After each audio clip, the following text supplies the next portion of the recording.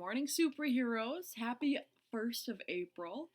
Today, and for the rest of the week, really, we're going to learn about the hero's journey and how we can apply this to the kite runner. So, the rest of this week's focus is on heroism. Woohoo!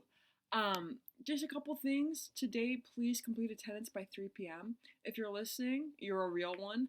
Please also complete an entry in your Corona Chronicle. Okay? So, right now, what I'm going to do, I am going to go through some slides and actually a lecture on the hero's journey, something called the hero's journey. Now, for some of you, I'm sure this may be review, depending on where you went to middle school, and for others, maybe this is new. No worries, okay? So, as I go through this, if you would want to go to Google Classroom and, sorry, I'm still making this. If you want to go to Google Classroom, go to the Afghanistan topic and click on Wednesday Class 4-1 Hero's Journey Homework. What I'm going through today is a lecture and a worksheet, okay?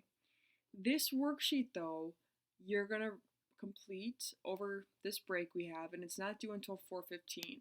So some of the things I'm talking about today, talking through today, you won't actually be applying until you read them in the book, okay? So just kind of go through this with me, and for that reason, I have a handout here. Why don't you go ahead and download this handout into Notability?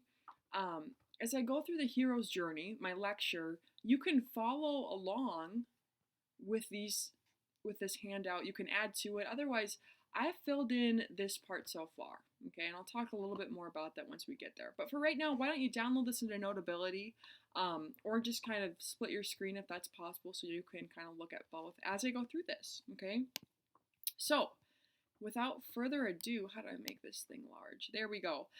So without further ado, the hero's journey, okay? Now, before I talk about the hero's journey, you're probably wondering, you're probably thinking this is a little bit random, right? Like, we just met on Monday, now we're talking about heroism, like what's going on? You will notice, if you think back, a lot with this book, a lot of our focus has been on characterization, right? Like, characterization, and how I talk about characterization is how is the author bringing our characters to life, okay? We did this with Amir and Baba. We made a character foil in class. We discussed the characters a lot. You guys did a really great job with that. With the family tree, we went through some of the characters as well. But we're going to take this characterization focus today and we're going to take it a little bit farther. Okay? So, if you're looking here, this is a full circle, right? The full circle, and this is called the hero's journey. One thing, I'm going to skip around a little bit on my slides just because I have some extra here at the beginning, but the hero's journey focuses on the characterization of one person. It's typically your protagonist, okay? So forgive me as I zip ahead a little bit here, okay? And really what the hero's journey started with, it started with a man named Joseph Campbell, okay? And he was all about, different cultures and how different cultures still sometimes have things similar.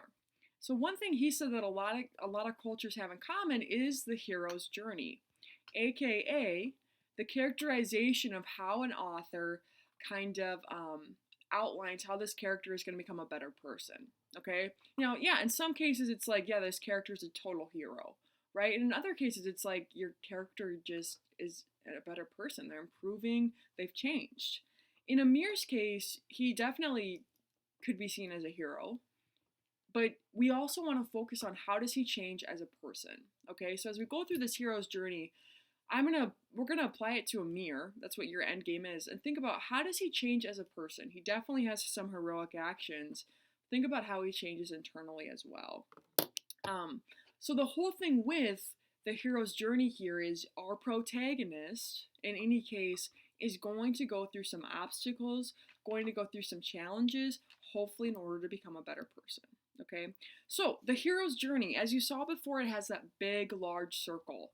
I will post that as well, but basically, the whole circle, it's like a 360 thing, full circle. In order to go on this journey, our hero goes through three main portions: the departure, the initiation, and the return. Right now on your handout, you have all of the elements that that follow within one of these three categories. Okay, so like all of your elements 1 through 10 on your worksheet go through or fall into one of these three categories. Now, not every hero will fit every step. Okay, not every hero will fit every step, but most of these steps apply to Amir. Okay, so just kind of bringing this back to how common this is. This hero's path, this hero's journey, it's in a lot of movies and a lot of TV shows you watch, a lot of books you read already. Harry Potter, Lord of the Rings. We could apply this to Arnold Spirit Jr. in Absolute True Dive, a Part-Time Indian. We can apply this to David Hayden in Montana 1948. Heck, we could apply this to Okonkwo in Things Fall Apart. I mean, this is so widely used. And just letting you know, not every element always fits, but in this case it will. Okay, so here's our big picture again. We're going to start with the departure. Okay, so part one, the departure consists of three things. So you can see number 1, 2, and 3 on your handout fall into the departure. You can mark that if you want, you don't have to. It always begins though with some kind of unusual childhood, right? Something sets apart our protagonist from the very beginning. So Harry Potter, he's orphaned. Never knew your dad? That's Percy Jackson. Katniss Everdeen had an unusual childhood as well. Amir, as you can see on your handout, Amir grows up in Afghanistan solo, just with the dad. Okay, he's part of a wealthy family, but part of his uncommon upbringing is he is best friends with Ahazara, right? Hassan. A significant part of that upbringing is that Amir witnesses Hassan's rape, right? Like that becomes Amir's big ugly moment. That's the thing that follows Amir for the rest of his life. So 100% seeing that rape as part of Amir's unusual upbringing, but then also, the downfall of their family and the fact that Amir and Baba flee Afghanistan during the USSR occupation and then immigrate to America. So all those things fall into the unusual childhood. It could be several things, it could be one thing, right? But that's kind of Amir's unusual childhood. So we get that background. We got a ton of background about Amir and Hassan. And we flash forward then to Amir in San Francisco in chapter 1 when he gets the call from Rahim Khan, right? The hero's call to adventure. It's something that spurs our hero into action. Okay, so in the call to adventure, our hero is forced to leave everyday life. They're forced to leave their everyday actions. The hero may reject the call at first. They might say, there's no way I'm doing that. I'm not going on this journey. But eventually, on this path, our hero decides to take action. Okay? With that, what I regarded as the call to adventure is when Rahim Khan calls Amir and he says, you need to come to Pakistan, right? He tells him, I'm dying. You need to come to Pakistan. We need to see each other. We need to sort some things out. And in that, he also, sneaks in the line, there is a way to be good again. Now, the call to adventure, you'll notice on your handout, I also included on there when Rahim meets with Amir, right? They have their meeting. And Rahim comes clean. He says, look, Hassan is your half-brother. And he says, you've got to go to Afghanistan and you've got to rescue Sarab, right? Like that's the whole call to adventure here. That is really what the Kite Runner is about. It's going back to Afghanistan and it's going to get Sarab. This is the whole plot. This is the call to adventure. This is the story. So that's really where this whole thing picks up, okay? The call to adventure. And we know at first, one thing is true. Amir does reject this call. Right? Like he does say, there's no way I'm doing that. I've got a family, I've got a career, I've got a wife. I cannot go to Afghanistan. It's not safe. But eventually he does accept. Okay? So what we've got here for box number 3 is called crossing the threshold. What the threshold is that boundary. The boundary between ordinary life as we know it and then life ahead as we go on this journey. Okay? Ordinary life as we know it, behind the threshold is like our safe, calm, cozy life right before we leave for this journey. So crossing the threshold then is deciding, yes, I'm going to take off and I'm going to accept this journey. There is no going back. For us and then for Amir, crossing the threshold is not only when he agrees to go to Afghanistan, But really, I saw it as when he's in the taxi with Fahid, right? Like when he's in the taxi with Fahid, when he agrees he's going to pick Afghanistan, there's no going back. And he even says that in the text. He's like, I'm going to Afghanistan. I'm not going to leave without Sarab. Okay? So that gets us through the departure. Okay? 1 through 3 get us through the departure. So we go on now to the challenges or trials. And this is part of initiation. Okay? So initiation includes challenges, trials, a mentor, a special weapon, the abyss, and lastly, the transformation. I'm going to be leading you through these top 3 right here. But after these top 3, I've completed the notes on these. After that, it's you, and it's your reading of the book.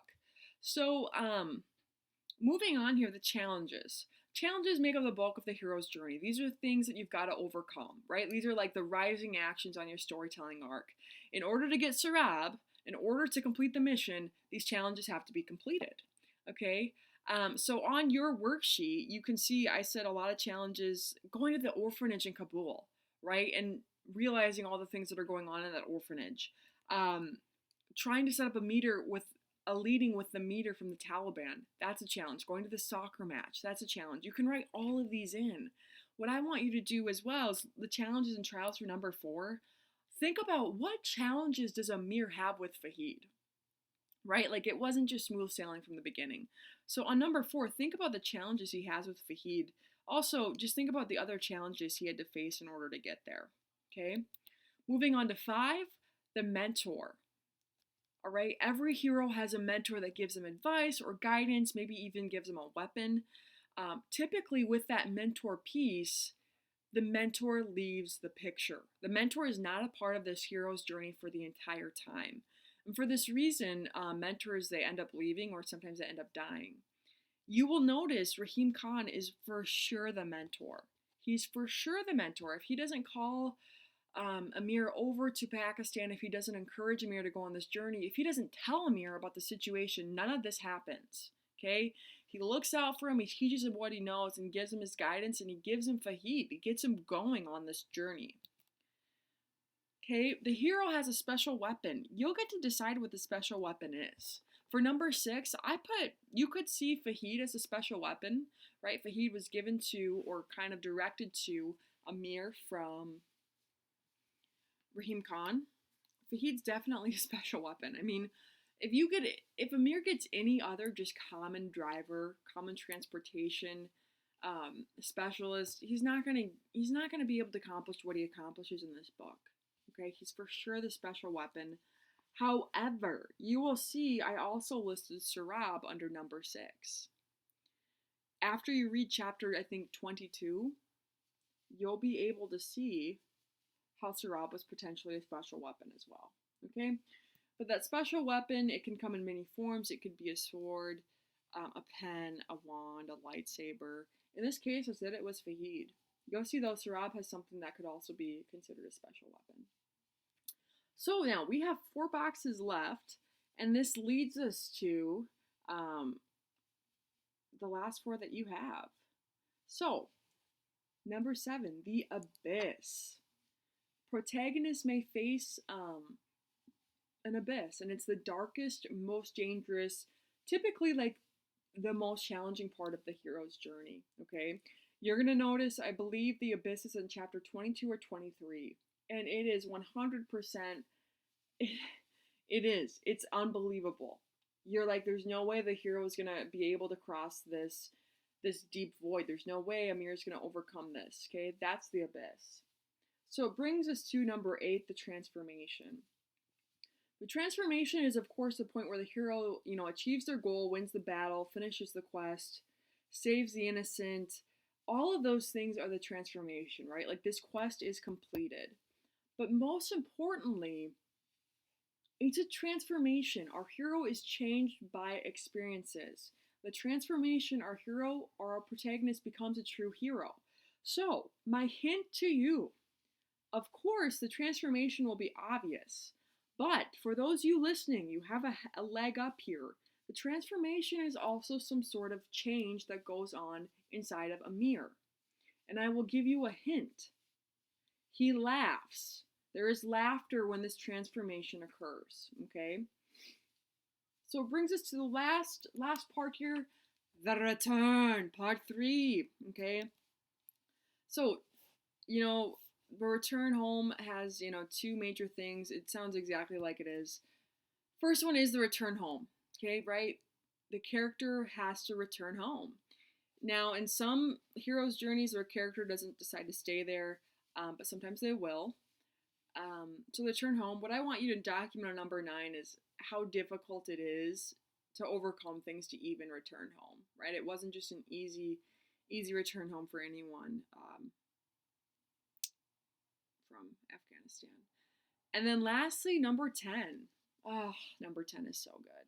So number 10 is the final step, and it refers to the hero's ability to reconcile his experiences on his journey with his life back home. Okay? He's learned and he's seen things that have changed him forever.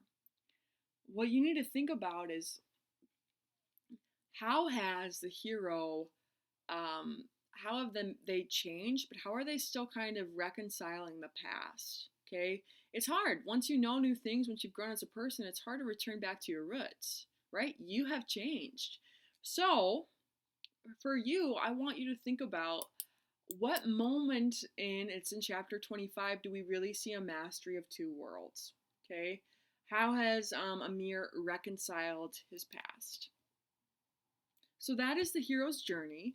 I'm going to go ahead and stop talking right now about the hero's journey, and I'm going to transition back to your homework. Okay? If I could get out of here, mother of pearl. There we go. So your homework here. This is what I was kind of talking through as I went through the slides, right? So for your homework for April 15th, which is the next time we will meet, I want you to fill out boxes 7 through 10. You don't have to write as much as I did, okay? Just write however much it takes for you to write the answer down, right? Like, where is the abyss in the Kite Runner? Where does Amir transform? What obstacles does he have to go through to return home? And at what moment do you see he has the mastery of two worlds? He is a hero. Amir is definitely a hero. So your task before April 15th is to finish the book and fill this out and submit this back on Google Classroom. Now, I don't have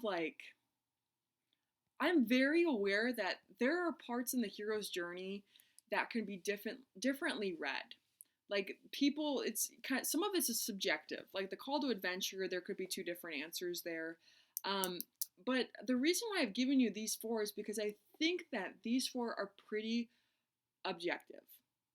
They're pretty concrete. So I am looking for specific answers, specific events in the book. If you have questions, email me. Okay? Video call, Google Hangout. We can figure it out together. But I've got specific things in mind. So with that being said, this is all you've got. You'll have most of Friday as well to work. This is the hero's journey. And yeah, use this video to your aid.